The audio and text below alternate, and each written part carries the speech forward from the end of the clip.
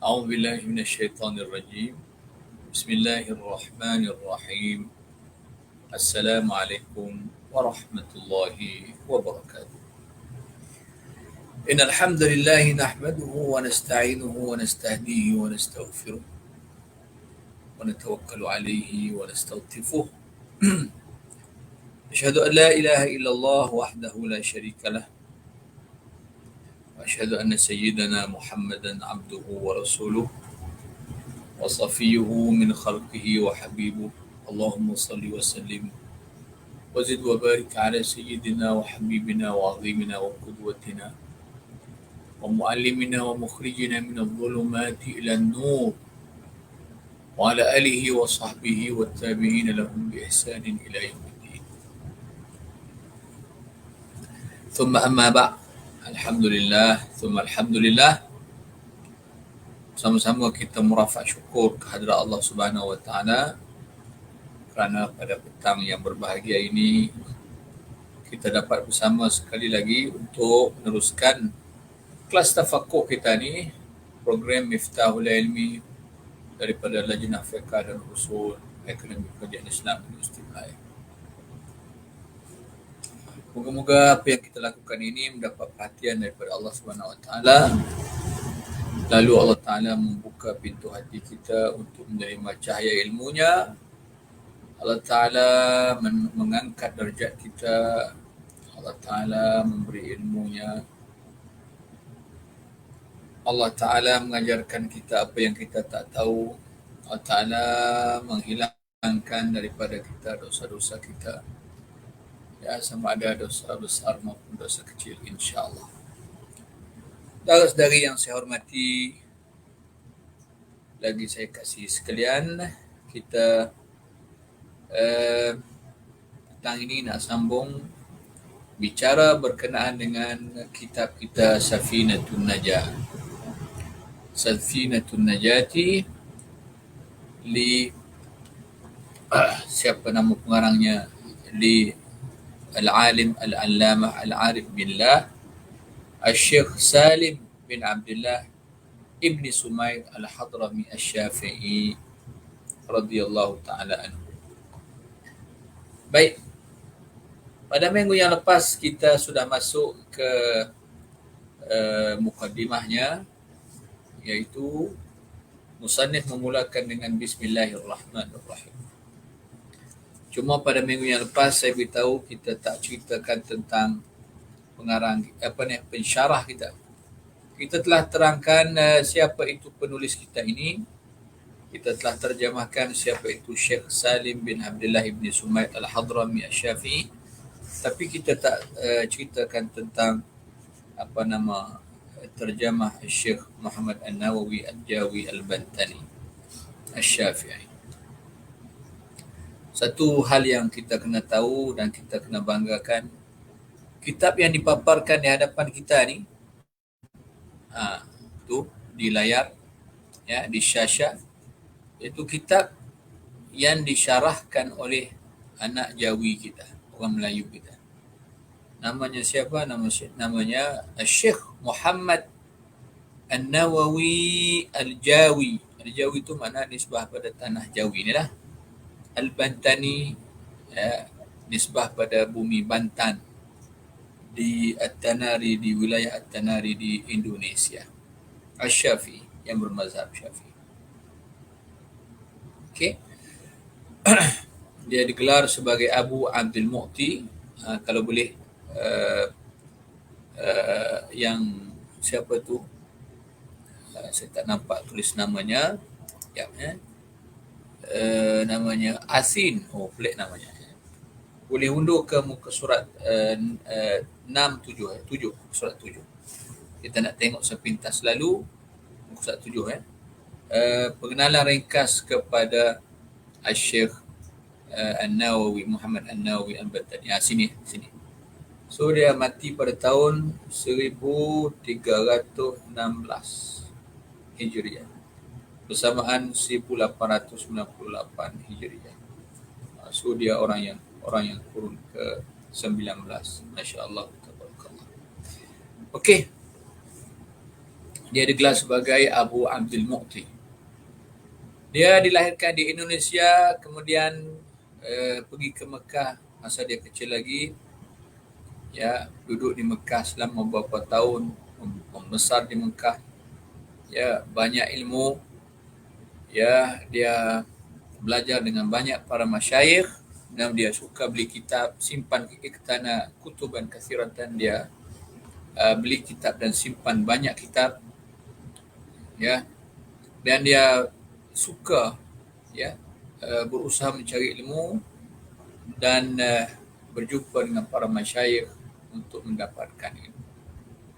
Kesungguhan itu menjadikan dia seorang imam yang sangat dikenali dan disegani, khususnya pada ilmu mantuk dan ilmu mafhum. Mantuk itu ilmu yang dibaca, ya, kitab-kitab itu dibaca, mantuk, dan mafhum isi dalam ilmu pun dia reti. Dia belajar, dia mengajar, dan dia mengambil istifadah, ya, keluar daripadanya banyak daripada penuntut al-Jawah, penuntut di tanah Jawi, min talabati al-Jawah, Jawati dengan maksud anak Jawi lah, termasuk daripada Indonesia, daripada tanah Melayu, masa itu tanah Melayu, dan termasuk daripada Selatan Thai. Selatan Thai kita panggil apa? Fatani dan seangkatannya.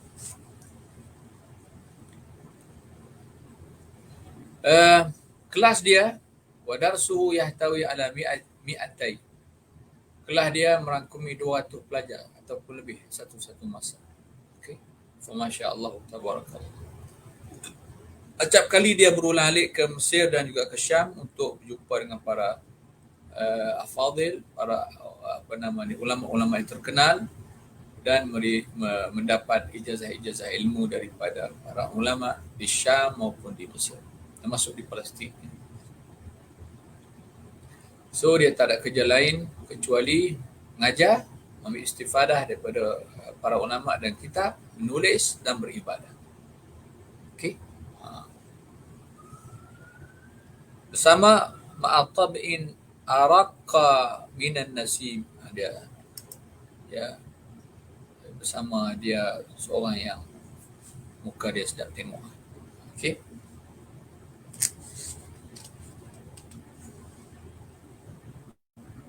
Baik. So di situ dinyatakan guru-gurunya, saya bukan nak baca semua, tapi senarai gurunya ini kalau dibilang sampai berapa? Sampai lebih daripada 10.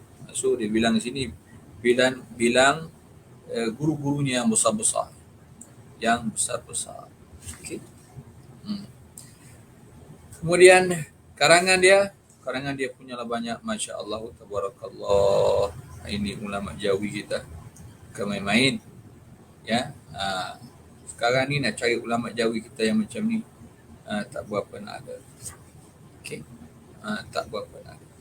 Lebih lagi apabila sistem pembelajaran itu dicabar oleh sistem universiti, sistem persekolahan, maka sistem pengajian cara pondok ni dia lebih dilihat ketinggalan, ya, dilihat ke belakang dan mula tidak mendapat sambutan oleh anak-anak Melayu kita. Akhirnya yang berlaku ialah orang pakat belajar ilmu untuk mencari kehidupan, bukan lagi untuk berkhidmat kepada agama Allah Subhanahu wa taala. So itulah yang berlaku. Ya, termasuk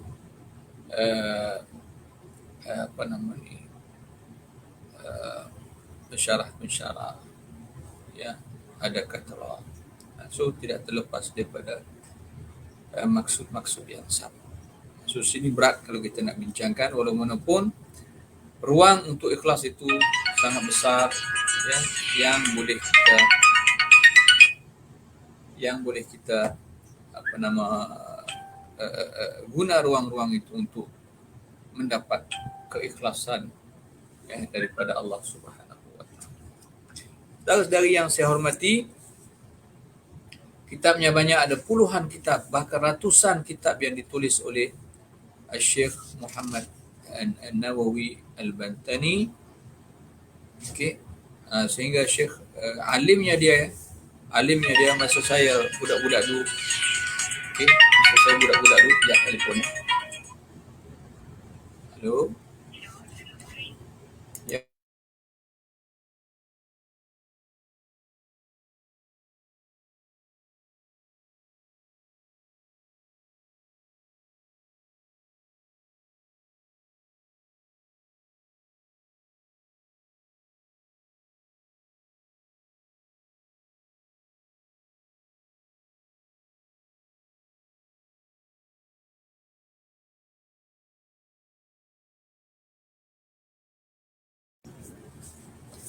aduh macam-macam.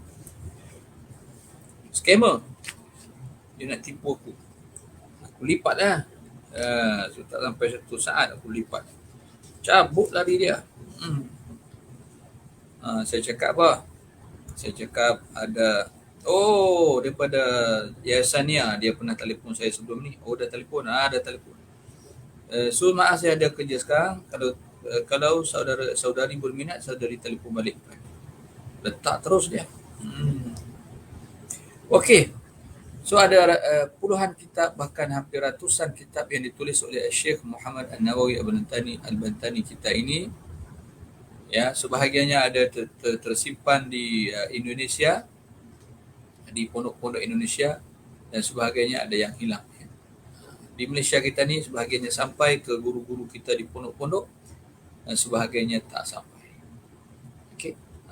Ini hebatnya ulama Jawi kita. Masa saya mengaji kat pondok dulu, ya, ditularkan ya oleh guru-guru kami, guru-guru kita di pondok, bahwasanya Syekh Muhammad An-Nawawi Al-Jawi Al-Bantani ini diberi julukan Asy-Syafi'i As-Saghir ataupun Asy-Syafi'i Ats-Tsani. Ya, Syafi'i kecil, Syafi'i yang kedua. Okay. Selepas Imam Asy-Syafi'i radhiyallahu taala. So begitu besar julukan yang diberikan oleh dunia kepada Syekh Muhammad An-Nawawi Al-Bantani. Famasya-Allah tabarakallah. Saya sendiri ada beberapa kitab tulisan daripada Syekh Muhammad An-Nawawi. Di antaranya ialah kitab ini, Kasyifatus Saja, dan ada kitab dia kitab syarah kepada kitab Usulul Fiqh. So dia syarah kitab Usul Fiqh yang kalau kira disiplin Usul Fiqh ni disiplin yang berat, yang perlu kepada akal yang besar. So disyarahkan oleh Syekh kita ini, famasya-Allah tabarakallah. Itulah sedikit pengenalan ringkas kepada tukang syarah, tuk syarah kita ni, kita panggil tuk syarah, ya, pensyarah kepada matan Safinatun Najah ini. Kita kembali kepada muka surat 25. Okey. Asin ya. Baik, pada minggu yang lalu kita telah masuk ke mukaddimah khutbah kitab, ya. Kita panggil khutbah kitab kepada Syekh Salim Ibn Sumair Al-Hadrami. Syekh memulakan dengan Bismillahirrahmanirrahim. Okey. Lafzul jalalah Allah ismun min asma'i dzatil a'la al-mawsuf bi kamalil af'al atau bi iradati dzalika. U'allifu. Atau u'allifu. So di sini dia telah mengibrazkan ta'alluq kepada bismillah. Bismillah itu, ba itu harful jari yang berkehendak kepada tempat ta'alluq dia. Dia tak boleh Bismillahirrahmanirrahim gitu saja. Bismillahirrahmanirrahim dia kalau ikut ilmu nahwu, dia bukan kalam yang memberi faedah. Dengan nama Allah yang amat murah lagi amat mengasihani. So dengan semata-mata perkataan itu tanpa disangkutkan atau ditaklukkan kepada apa-apa perkataan, maka dia jadi satu jumlah yang tidak memberi faedah. Okey, yang menyebabkan orang tertanya-tanya dengan nama Allah Ta'ala apa? Sebab itu disyarahkan oleh Syekh Nawawi, u'allifu, Ya, u'allifu, aku mengarang. Okey. Dan u'allifu itu diletakkan di belakang. Bismillahirrahmanirrahim. U'allifu mutabarrikan atau musta'inan, ya, dengan bismillahirrahmanirrahim. Okey. So kita telah juga membaca baris yang berikutnya. Ibtada al-musannifu kitabahu bil basmalati iktidaan bil kitabil aziz fi ibtidaihi biha, ya, musannif memulakan kitabnya dengan basmalah kerana mengikut iktidaan maf'ul ajli, kerana mengikut kepada Al-Quranul Karim, kitab Al-Aziz. Pada memulanya kitab Al-Aziz biha bil basmalati, ya, ai fil lahul mahfuz. Kitab Al-Aziz bukan kitab Al-Aziz yang kita duk baca ni. Kitab Al-Aziz di Lauhil Mahfuz. Au ba'da jam'ihi wa tartibihi fil mushafi. Ataupun maksudnya juga ialah Kitab Al-Aziz yang kita duk baca ni. Mana sebut kata bil Kitab Al-Aziz, sama ada Al-Kitab Al-Aziz yang di Lauhil Mahfuz, itu penjelasan pertama, dan Al-Kitab Al-Aziz yang mana kita duk baca ni dalam bentuk mushaf yang telah dihimpunkan, disusun dengan baik. Okey. Sana ada hadis sebagaimana diriwayatkan oleh akhrajahu Sa'id bin Mansur wa Ibnu Abi Hatim wa Abu Nu'aim fil Hilyati wa an Abi Zur'ata Amr bin Jarir. Okey, itu disebutkan bahawa anna awwala ma katabahu al-qalamu ana at-tawwab. Sesungguhnya kataan pertama yang ditulis oleh qalam di Lauhil Mahfuz, ana at-tawwab. Aku, kata Allah SWT, Maha menerima taubat. Wa ana atubu ala man taba, dan aku akan menerima taubat atas siapa saja yang mengangkat taubat kepada Allah Subhanahu wa taala. Wa huwa fi saqil arsy. Padahal Allah ketika itu fi saqil arsy. Yang ini kita tak reti nak terjemah kerana zahirnya itu bertentangan dengan hakikat ataupun dengan ayat-ayat yang muhkamat, laisa kamitslihi syai' wa huwa as-sami'ul basir. Okey.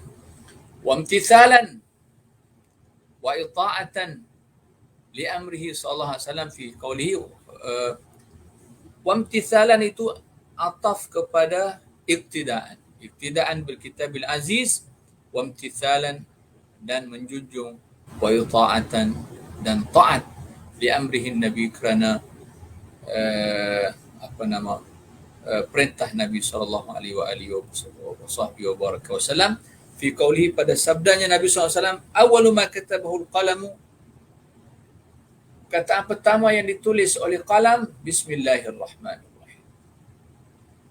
Okey, so ini tak sama dengan apa yang diriwayatkan di atasnya. Itu apa yang ditulis di atas anak tawab kan. Yang ni sabda Nabi sallallahu alaihi wasallam, awwalu ma katabahu al-qalam bismillahirrahmanirrahim.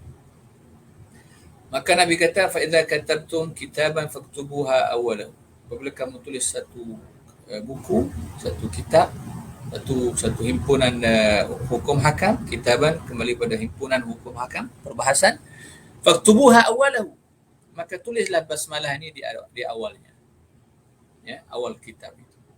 Wahya miftahu kulli kitabin unzila, dia adalah pembuka kepada semua kitab-kitab yang diturunkan, termasuk kitab-kitab yang terdahulu, cuma dengan bahasa masing-masing lah. Walamma nazala alayya Jibril, tatkala Jibril menurunkan kepadaku Quran, bihal basmalah, a'adaha thalathan, Sina Jibril mengulangnya 3 kali. Bismillahirrahmanirrahim, bismillahirrahmanirrahim. Semasa proses talqin Sina Jibril kepada Nabi kita sallallahu alaihi wasallam. Wa qala, Sina Jibril kata, hiya laka wa li ummatika, bismillah ni untuk kamu dan untuk umatmu wahai Muhammad.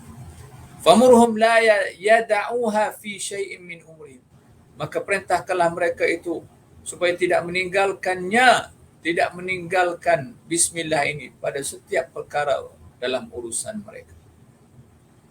Fa inni lam ada'ha, Jibril kata, maka sesungguhnya aku tidak pernah tinggalkan dia, bismillah ini, tarfat ainin, walaupun sekelip mataku, ya, tarfat ain, mudh nazalat ala abika Adam alaihi salam, semenjak turunnya bismillah itu. Nazalat fa'il kepada bismillah ala abika, ke atas bapa kamu, iaitu Adam alaihissalam. Okey.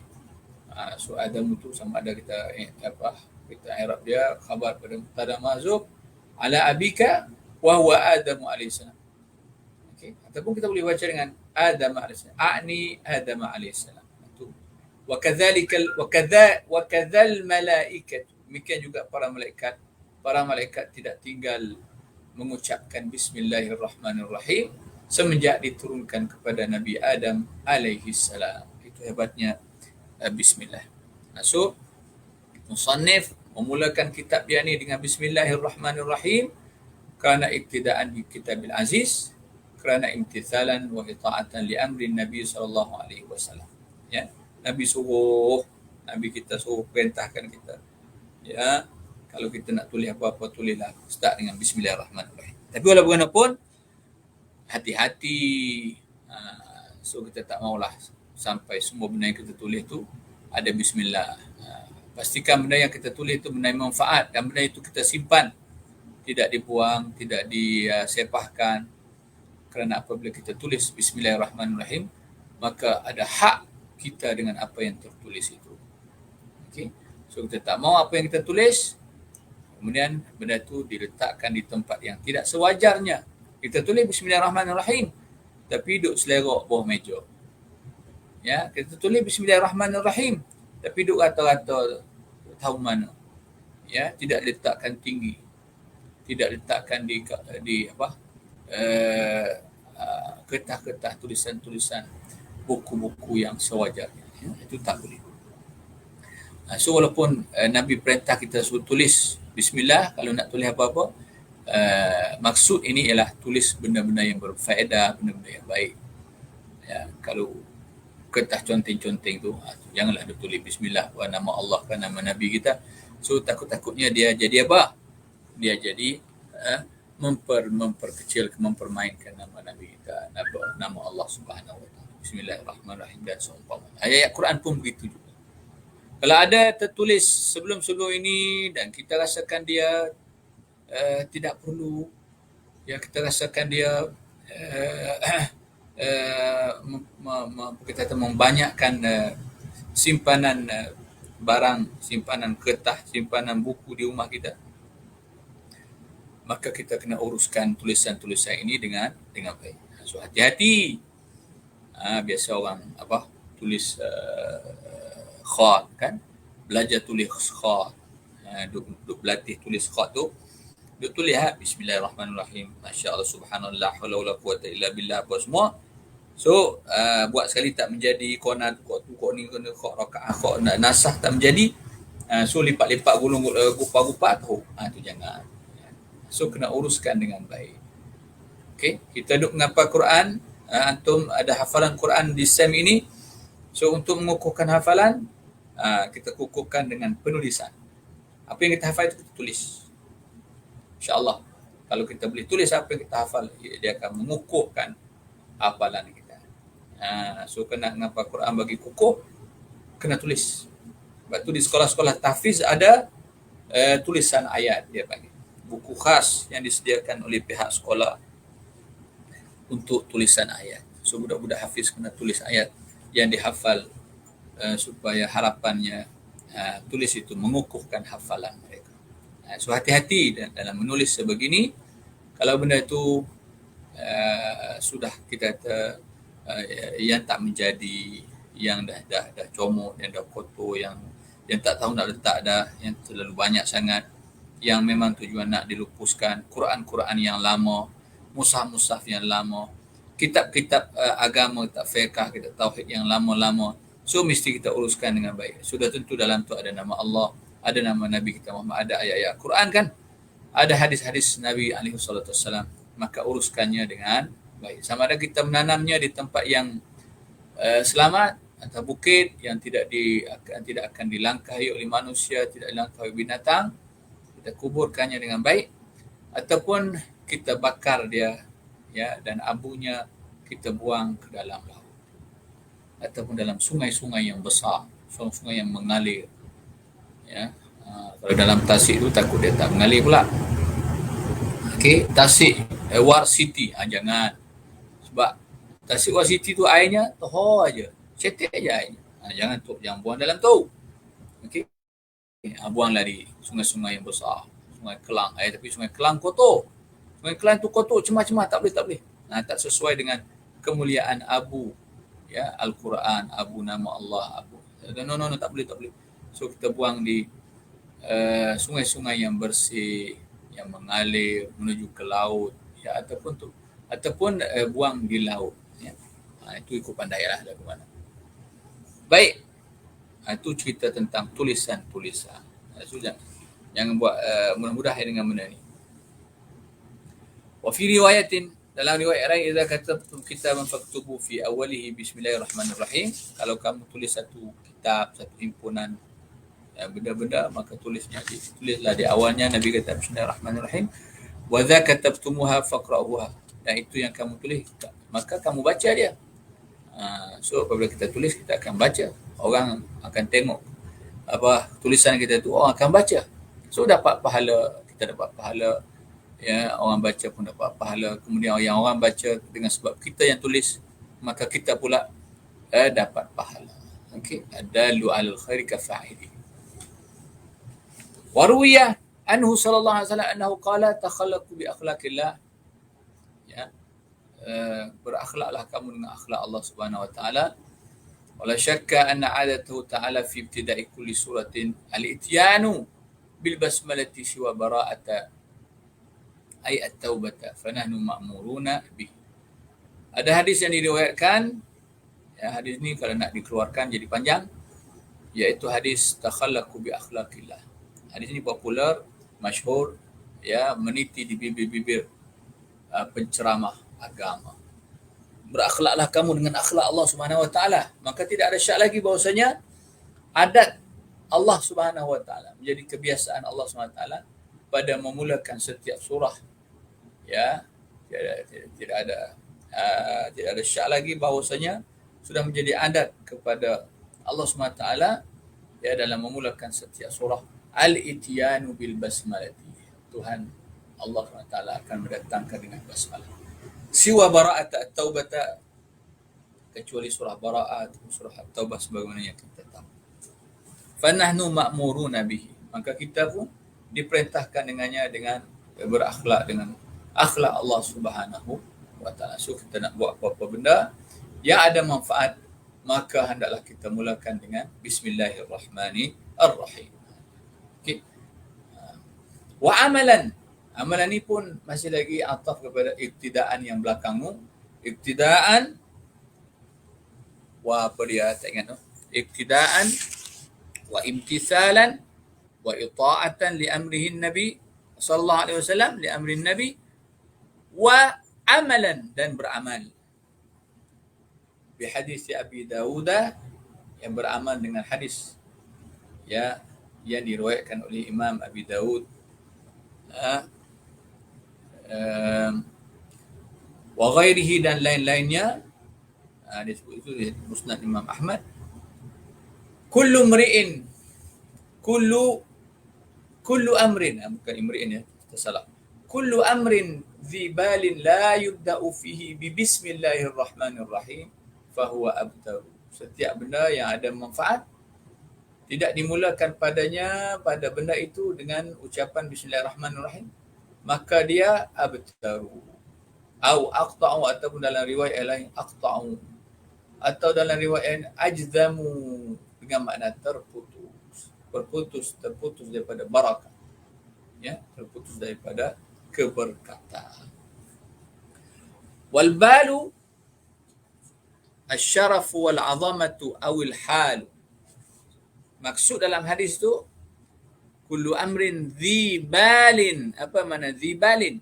Al-balu situ dengan makna asyraf, ada kemuliaan, al-'azamatu ada keagungan, awil halu ada kedudukan, wasya'nu alladhi yuhtamu bihi syar'an, dan ada keadaan yang mana diambil penting dengannya, dengan keadaan itu oleh syarak, ya, dari sudut syarak. Maka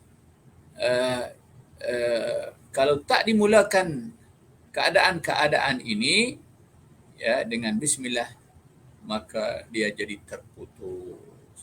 Wa ma'na al-ihtimami bihi talabuhu au ibahatuhu.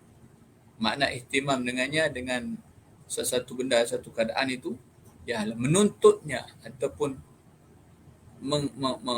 mengharuskannya bi alla yakuna muharraman, dengan bahawasanya dia bukan benda haram lah, li zati, benda yang haram secara zatnya, wala makruhan li zati, dan bukan juga benda yang makruh yang pada zatnya. So itu makna ihtimam. Wasya'nu alladhi yuhtamu bihi syar'an, keadaan yang mana diambil perhatian oleh syarak. So keadaan yang diambil perhatian oleh syarak itu keadaan yang mana benda yang ada unsur talab, dia diminta, dituntut buat, ataupun benda yang sekurang-kurangnya ibahah, benda ibahah, benda harus boleh buat, makan, minum, keluar berjalan, itu semua harus. So benda tu masih lagi dalam lingkungan asya'nul ladzi yuhtamu bihi syar'an, keadaan yang mana dia ambil berat oleh syarak. Sama ada li dzatihi, disebutnya muharraman li dzatihi atau makruhan li dzatihi. Pasal apa? Pasal ada benda-benda yang tidak dituntut untuk baca bismillah. Dia cakap itu, lakin la tutlabul basmalatu ala muhaqqaratil umur. Tidak dituntut baca bismillah pada perkara-perkara hina. Kakansi ziblin, seperti kita kumpulkan sampah, ikat-ikat sampah dalam plastik. Orang Kelantan panggil dalam jabir. Bos sampah dalam jabir. Yang tu masuk dalam muhaqqaratil umur yang tidak dituntut baca bismillah padanya. Wala tutlabu lidzikri al-mahdhi, dan juga tidak dituntut ya bagi zikir yang semata-mata seperti tahlil la ilaha illallah, la ilaha illallah. Wa qala Syekh Syihabuddin Ahmad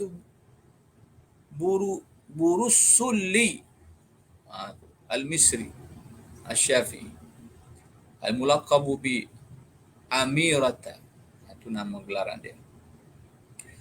Wal balu aidan al-qalbu, dia kata dalam hadis itu kullu amrin dhi balin, bal di situ dengan makna al-qalbu, dengan makna hati, ya, setiap perkara yang ada hati. Ka'anna al-amra li syarafihi wa 'azamihi wa 'idhamihi, seolah-olah satu benda itu ada kemuliaan, ada keagungannya. Malaka qalba sahibihi, yang memiliki benda itu akan hati tuannya, lishtighali bihi, supaya bersibuknya tuan itu dengannya, dengan perkara itu, dengan al-amr. Okey. So sebab tu dia kata kullu amrin dhi balin, dengan makna al-qalb, setiap perkara yang ada hati, yang mana hati duk tersangkut dengan dia kerana ada kemuliaan pada pekerjaan itu, tapi tak mula dengan bismillah, maka pekerjaan itu jadi tidak diberkati oleh Allah Subhanahu wa taala.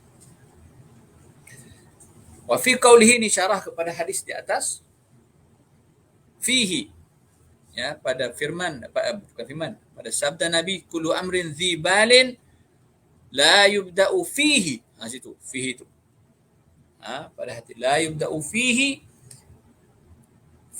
lisababiyyati, dia kata fihi, fihi dipakai dengan makna sababiyah, ala qiyasi qawli dakhalatil mar'atu nara fi hirratin ay bisababiha, habasatha, dalam bracket tu habasatha. Okey, so fihi tulis lisababiyah. Sebenarnya ni benda sangat halus dari sudut bahasa.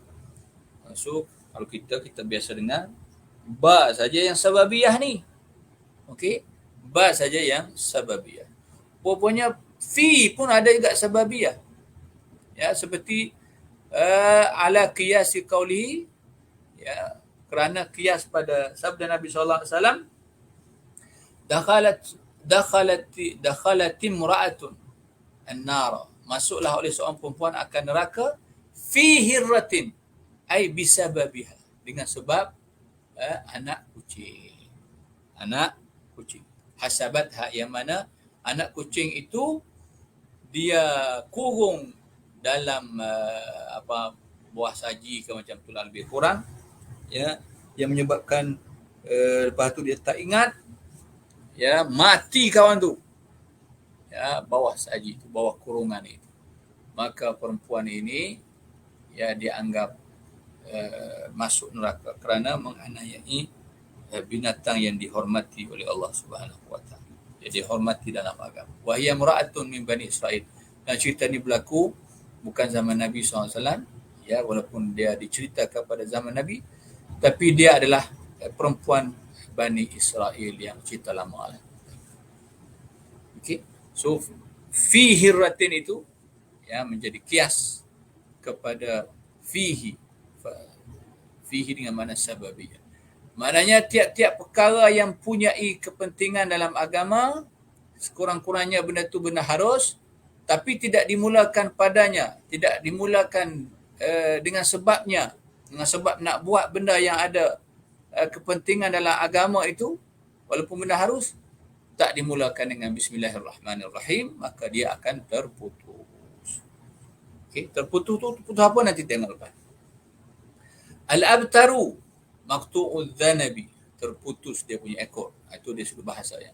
Al-aqta'u man quti'at yadahu, orang yang terputus tangan, dipotong tangan, dua tangan, yadahu dua tangan. Orang yang al-aqta', orang yang diputuskan dua tangannya, dipotonglah maknanya. Au ihdahuma, ataupun salah satu tangannya. Al-ajzamu ni asal bahasa kan. Bidzalil mu'jamah, dengan zal titik satu, mu'jamah dengan makna titik satu. Nanti kamu cari kamus, mu'jamah kamu hentam makna apa, itu Jahannam habis kitab kita. Bidzalil mu'jamati, dengan huruf zal yang titiknya satu. Tu huruf zal kan titik satu. So dia sebut titik satu ni takut ada cetakan-cetakan yang gugur, tak nampak titiknya. Apabila disebut mu'jamah, oh zal tu yang titik satu tu. Okey. So al-ajzamu baca dengan ada zal yang titik satu. Al-maqtu'ul yadi, dengan maksud orang yang terpotong dia punya tangan. Al-maqtu'ul yadi. Okey. Al-maqtu'u al-yadi. Mudhaf ilaih. Mudhaf ilaih. Ya. Macam mana mudhaf ada lilam? Lilam pada mudhaf itu lilam lil mausul. Itu lil mausul. Lilam lil mausul itu bukan lilam lil ta'rif.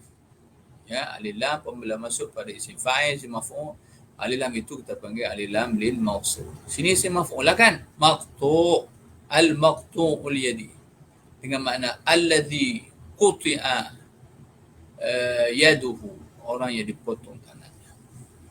Wa qila az-zahibu al-anamili, az-zahibul anamili, orang yang hilang jari. Okey, ini maksud kepada perkataan al-abtaru, al-aqta'u, al-ajzamu. Dalam hadis Nabi, fahuwa abtaru, wa fi riwayatin aqta'u, wa fi riwayatin ajzamu. Okey, so kena tahulah benda ni secara ilmiahnya begitu, ya. Wa qala Isa bin Ahmad al-Barrawi, ini nama ulama, wa illatun ma'rufatun, ya, sebut kata abtaru, dia adalah satu penyakit yang diketahui. Fahuwa min babi at-tashbih al-baligh, dia termasuk dalam bab tashbih baligh, ya. Tashbih al-baligh, maknanya tashbih yang tidak disebutkan ada tu tashbih, dan tidak juga disebutkan wajhul syabah. Itu maksud at-tashbihul baligh. Cukup dengan sebut fahuwa abtaru, ya, maka ia pekerjaan itu terpotong. Asalnya fahuwa kal abtari fi adamil barakati. Barangkali begitu. Maka dia seperti terpotong jari, terpotong tangan pada tiadanya keberkatan. So disebut fahuwa abtaru, dengan tashbihnya tashbih baligh. Okey. So makna hadis, dia kata wa makna al-hadis kullu syai'in lahu syarafun wa 'azamatun. Setiap perkara yang baginya, bagi perkara itu lahu syai', lahu kulli syai', ada kemuliaan dan keagungan au kullu syai'in yutlabu au yubahu, setiap benda yang diminta buat ataupun diharuskan buat, au kullu syai'in lahu qalbun, setiap benda yang padanya ada pada hati, ai yamliku qalban, hati tuan punya urusan itu memiliki hati, ada ketergantungan hati dengan perkara itu, ya, dengan kulli syai'. La yubda'u bisababi dzalika syai', tidak dimulakan dengan sebab demikian itu perkara. Bismillahirrahmanirrahim, ya, dengan bismillahirrahmanirrahim. Fahuwa kal hayawanil maqtu'iz dzanabi, maka dia seperti binatang yang terpotong ekornya. Ini salah satu terjemahan sebagaimana yang kita baca di awal. Ya, maka urusan itu, pekerjaan itu seperti kalau nak buat bandingan, binatang yang terpotong ekor dia. So binatang cantik, gemuk, taruh mana, minyak licin, ya, tapi tengok belakang tak ada ekor, ada sikit, ada sejengkal je. So tak cantik. Lembu tu kalau nak letak harga pun orang fikir dua kali. Kemana pergi ekornya? Macam mana kamu nak jual lembu ni tak ada ekor? Nak buat korban pun tak boleh. Kenapa? Kerana dia dikira sebagai aib. Aib yang menyebabkan kalau tidak ada lembu yang lain, baru boleh guna. Kalau ada lembu yang lain, walaupun kuruh, lembu lain kuruh, nampak tulang, pipi pun kembung punya. Kembung belalah, kepek. Nampak cengkung lembu tu. Tapi dia lebih aula kerana ekornya ada berbanding dengan lembu yang satu ini, gemuk, metong, bulat, gotek, licin, minyak, tapi tak ada ekor. Okey. Lembu lain nak berak, angkat ekor tinggi bendera. Kena angin ekornya. Yang ni gitu aja. So nampak kecacatannya. Tak cantik. Okey. Au kaman quti'at yadahu, ataupun ya, setiap benda yang ada kemuliaan, ada keagungan, ataupun benda itu diminta buat ataupun harus buat, ya, setiap benda yang seorang manusia tu ada bergantung dengan benda tu, ya, yang memiliki qalban, okey, tapi dia buat benda tu tidak mula dengan sebab nak buat benda tu dengan bismillahirrahmanirrahim. Kaman quti'at yadahu, seperti orang yang dipotong dua tangannya. So maklumlah orang yang dipotong tangan ni, itu satu kecacatan yang besar. Dua pula tangan tak ada. Kalau sebelah boleh tahan lagi, satu lagi boleh bekerja, buat bekerja. Satu lagi itu relax, bubuh dalam baju, bubuh dalam poket susu. Tapi kalau dua-dua terpotong, macam mana bang? Kan susah orang tak ada tangan. Right? Okey.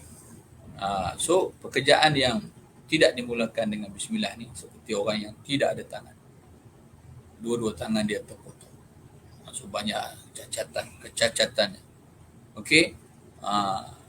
Nak buat kerja semua jadi tergang. Nak betulkan baju, nak pakai baju, nak menguruskan makanan, nak menguruskan diri, nak menguruskan anak-anak, nak menguruskan keluarga, nak menguruskan perihal pekerjaan, nak menguruskan semua benda jadi terganggu, ya, jadi cacat dengan sebab tidak ada tangan. So itulah gambaran yang diberikan oleh baginda Nabi SAW kepada orang yang buat satu benda dengan tidak memulakan benda itu dengan bismillahirrahmanirrahim. Au kama zahabat anamiluhu, ataupun kurang-kurang kalaulah tangan tu teruk sangat, seperti orang yang hilang dia punya jari jemarinya hilang. So jangan main. Allah SWT buat kita punya tangan 5 sebelah, 5 kanan, 5 kiri kanan, 5. So setiap satunya ada peranan, ya, yang tersendiri, saling kuat menguat antara satu sama lain, bantu membantu dalam nak menyempurnakan sesuatu urusan kerja. Kalau tak ada jari, okay, tak ada jari kelingking, ada rosak, ya, tak ada jari ibu ni, ibu jari tak ada, dia rosak banyak. Bang, rosak banyak. Ada kawan saya dia kerja somen, kawan di kampung dia kerja somen, so entah macam mana terlalai masa buat kerja tu, tangan jari dia dimakan somen tu, zup, putuh jarinya. Somen tahu kan? Wah, kedai yang buat apa papan, buat kayu 23, 22, 21 orang buat rumah tu. Okey. So macam mana terlalai dia punya mesin makan tangan dia. Hilang satu jari. Jadi apa? Jadi ibu jari. 3, 4 ni saja. So nak buat benda susah. Nak buat benda semua susah. So betapa pentingnya ibu jari yang Allah Ta'ala bagi kepada kita. Usah kata hilang jari. Kita sakit mana-mana penjuru. Jari apa? Jari telunjuk kita sakit.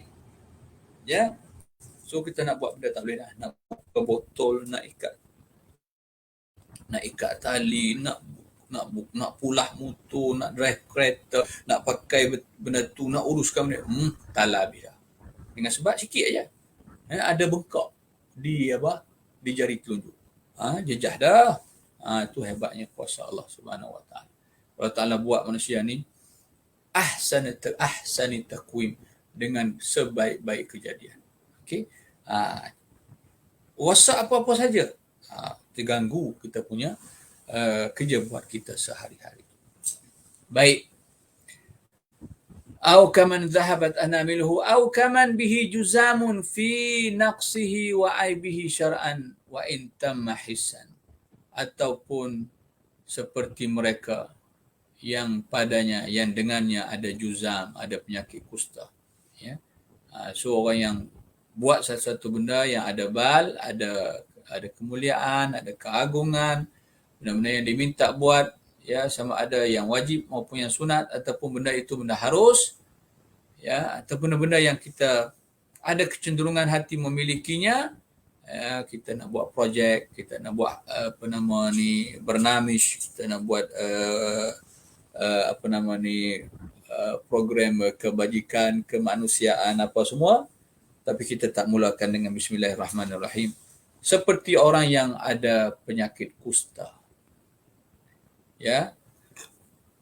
Wajah syabahnya fi naqsihi wa aibihi, pada kurangnya orang yang berpenyakit kusta. So orang lain tak berani nak masuk dengan dia, nak berjumpa tak boleh, nak bertegur sapa tak boleh, nak menghadap tak boleh.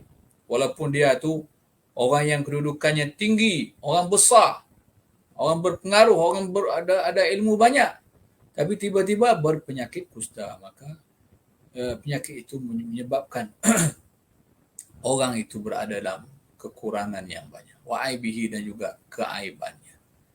Okey, itulah ibarat yang Nabi SAW beri kepada orang yang tidak memulakan urusan-urusan yang penting dalam hidup dengan bismillahirrahmanirrahim. Syara'an disebut syara'nya.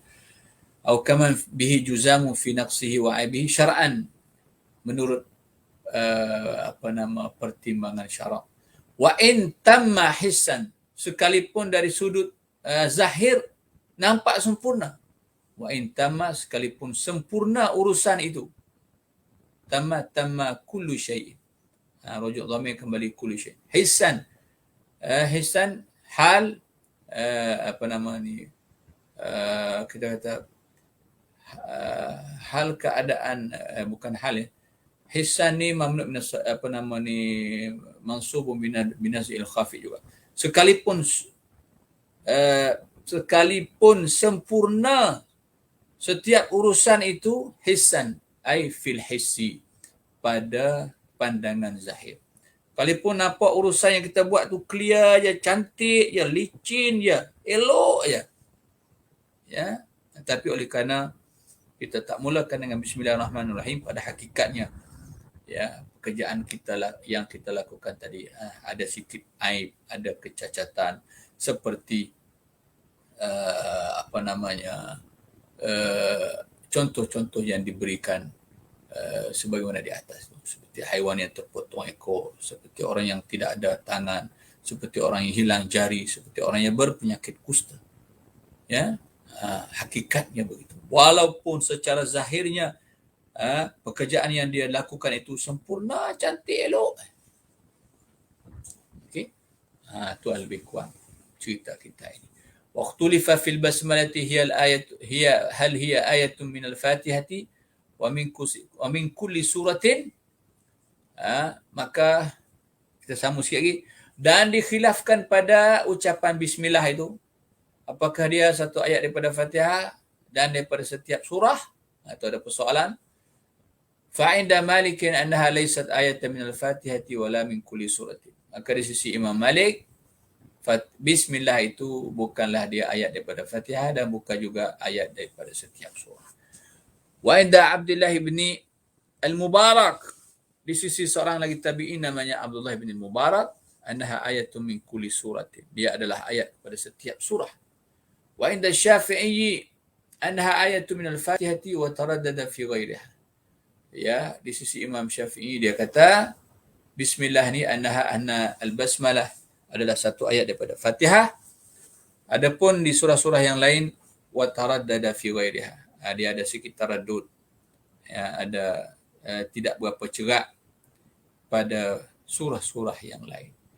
Walam yakhtalifu fiha fi namli fi addiha min al-Qur'ani.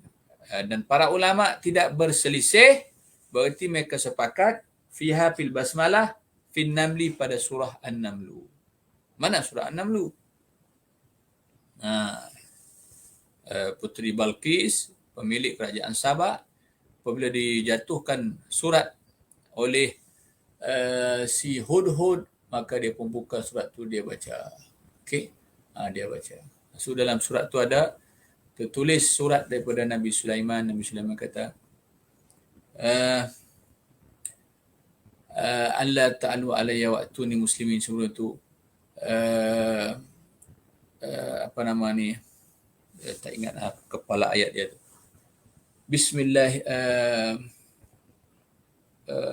Bismillahirrahmanirrahim.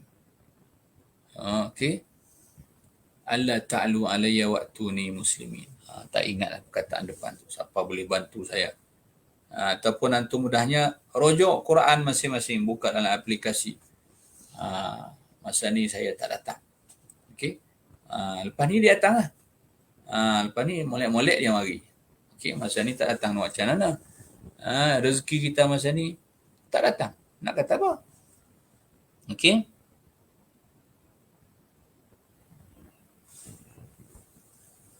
Tak datang. Macam mana? Bismillahirrahmanirrahim. Alla ta'alu alayya wa'tuni muslimin. So, bismillahirrahmanirrahim. Bismillahirrahmanirrahim situ tu adalah ayat kepada surah An-Namlu itu. So, tidak dipertikaikan yang ini. Okey. So, kita ada 5 minit lagi lebih kurang. Mungkin kita boleh berhenti sini dulu. Ataupun, betul lah, kita berhenti sini dulu. Kalau ada persoalan dalam seminit 2 ini yang tersisa, kita boleh panjangkan, sama-sama kita bincangkan, ya. So ustaz bila nak masuk akidah? Relax lah. Ngaji tafakuh dia kena slow-slow lah. Kita nak bagi faham semua benda. Okey. So kita dah menerokai banyak perkara tadi. Hadis, kita menerokai syarah hadis, kita menerokai tafsir para ulama terhadap hadis Nabi SAW. Ya, kita juga menerokai perbincangan fiqh tentang bismillah itu sama ada ia ayat daripada Fatihah ataupun bukan. So walaupun perbincangan ini masih pendek, ya. Masih pendek, diringkaskan oleh Syekh Muhammad An-Nawawi Al-Bantani. So kalau nak perbincangan panjang, tu dia kena tempat dia lah. So kita ni bukan perbincangan ini yang kita nak fokuskan. Ini sekadar nak menjelaskan Bismillahirrahmanirrahim, ya, apa yang dimulakan oleh Al-Musannif Al-Syekh Salim Ibnu Sumair Al-Hadrami ketika memulakan kitab dia. So kita ni duk main apa ni? Kita duk main khutbah. Kita dalam mempelajari khutbah Al-Musannif. So tak sampai maksud ke mana lagi kita ni. Tak masuk lagi bidang akidah yang saya sebutkan itu, tak masuk lagi. Perbincangan akidah tu depan, insya-Allah. So panjang masa lagi. Belajar, jangan duk target nak habis kitab. Jangan duk target. So target apa target? Targetnya ialah target lillahi subhanahu wa ta'ala dan target nak mengangkatkan kejahilan pada diri kita. Nah, itu yang lebih penting. Okey. Nak mengangkatkan kejahilan pada diri kita. Okey. Wallahu a'lam bisawab. Wa ilaihil marji' wal ma'ab. Siapa ada persoalan apa bolehlah kita bincang seminit dua ni. Serah kepada pengurusi. Tak ada pengurusi, mana ada pengurusi? Tak apalah. Aku sendirilah yang buka. Ada siapa nak tanya apa boleh kongsikan di ruangan. Chatting kod mana aku tak tahulah. Antum tengok ni kod Facebook kan? Tengoklah.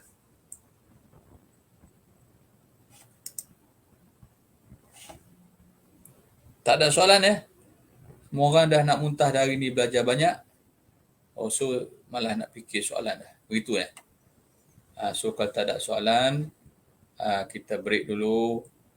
Kita ambil nafas, kita rehat petang-petang ni. Ya, kita keluar rumah, keluar hostel, gerak-gerak tubuh badan bagi keluar peluh. So hidup kita ni sihat. Janganlah sampai terjejas kesihatan kita dengan sebab belajar pulun duk ngadak kita nak tak berhenti-henti. Okey, bilik pun tak keluar, makan pun tak terurus, akhirnya sakit kita. Mati. So apa yang kita boleh manfaatkan dengan ilmu yang kita duk tumah sampai tak keluar rumah tadi. Okey. So pada badan kita ini ada hak, maka kalau dia perlu rehatlah.